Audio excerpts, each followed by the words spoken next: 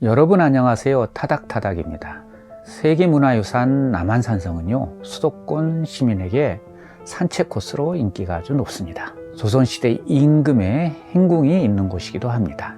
이 조선의 전략 요충지인 남한산성에 지휘소가 하나 있습니다.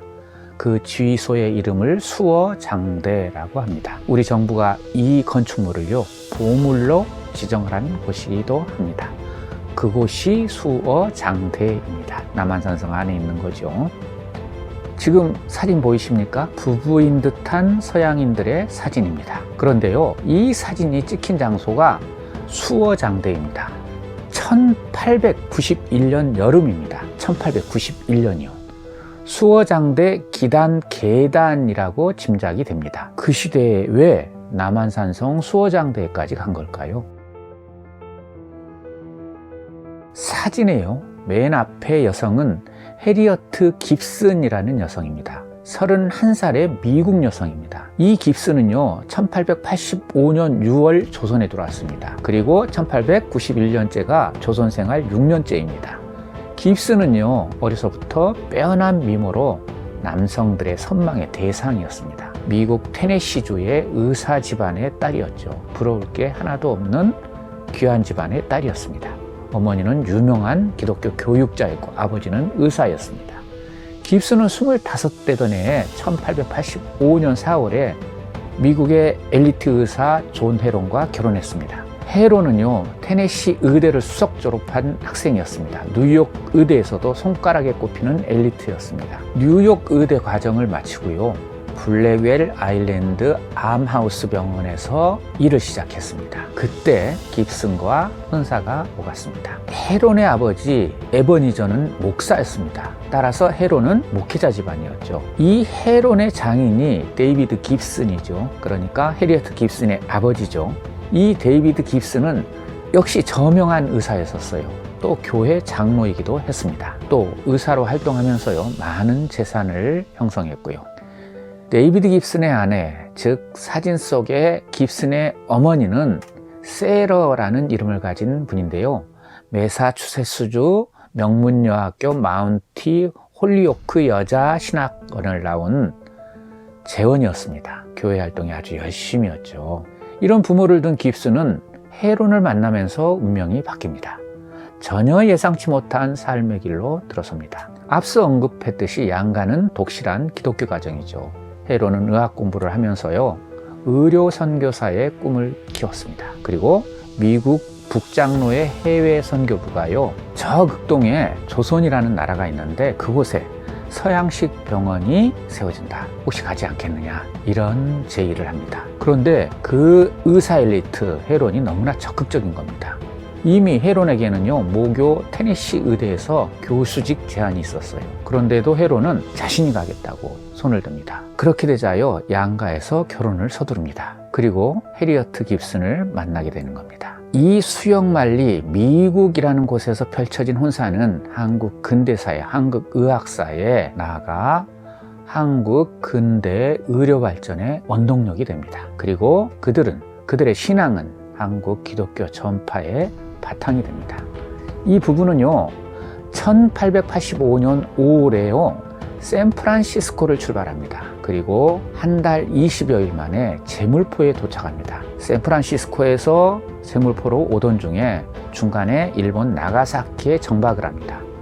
그곳에서 미리 와 있던 선교사 아펜젤러 목사 부부가 탑승을 합니다.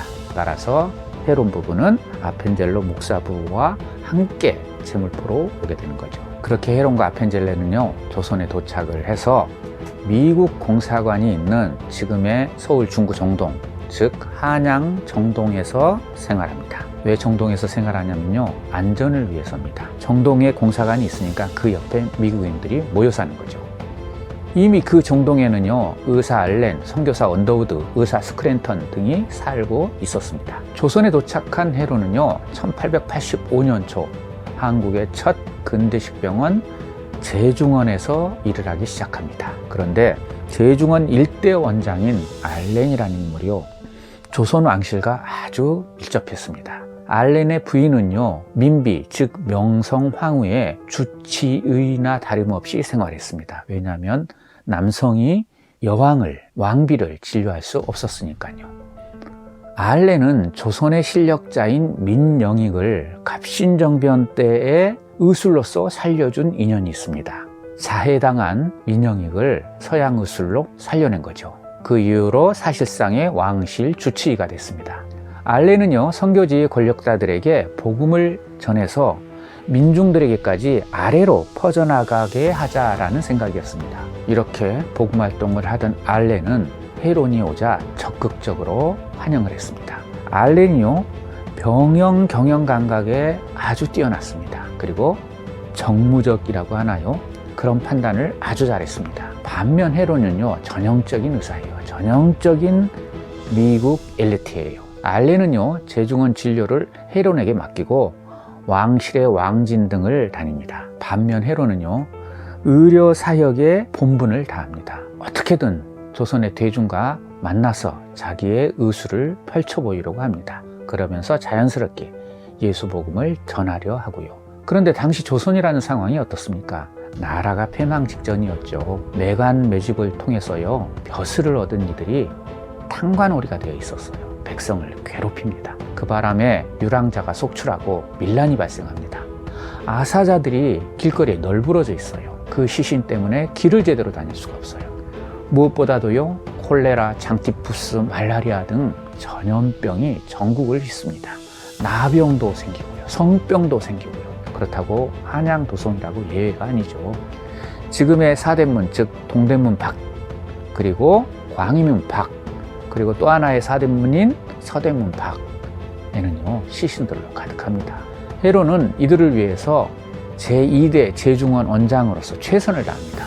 방역위원회를 꾸려요. 그래서 전염병에 대처합니다. 그런데요, 아내 해리어트 깁슨이 아파요. 풍토병 등으로 운신을 못해요. 더구나 아이까지 들었었습니다. 그렇지만 깁슨 역시 남편과 생각이 같았기 때문에 기독교 복음 전파를 위해서 자신의 역할을 다합니다. 그는 이미 본국에서 학교 교사였었습니다. 따라서 조선의 어린이들을 모아서 교육을 시킵니다. 자신의 정동 집에서 말입니다. 그곳에서 가난한 아이들을 모아서 문자 교육을 시킵니다.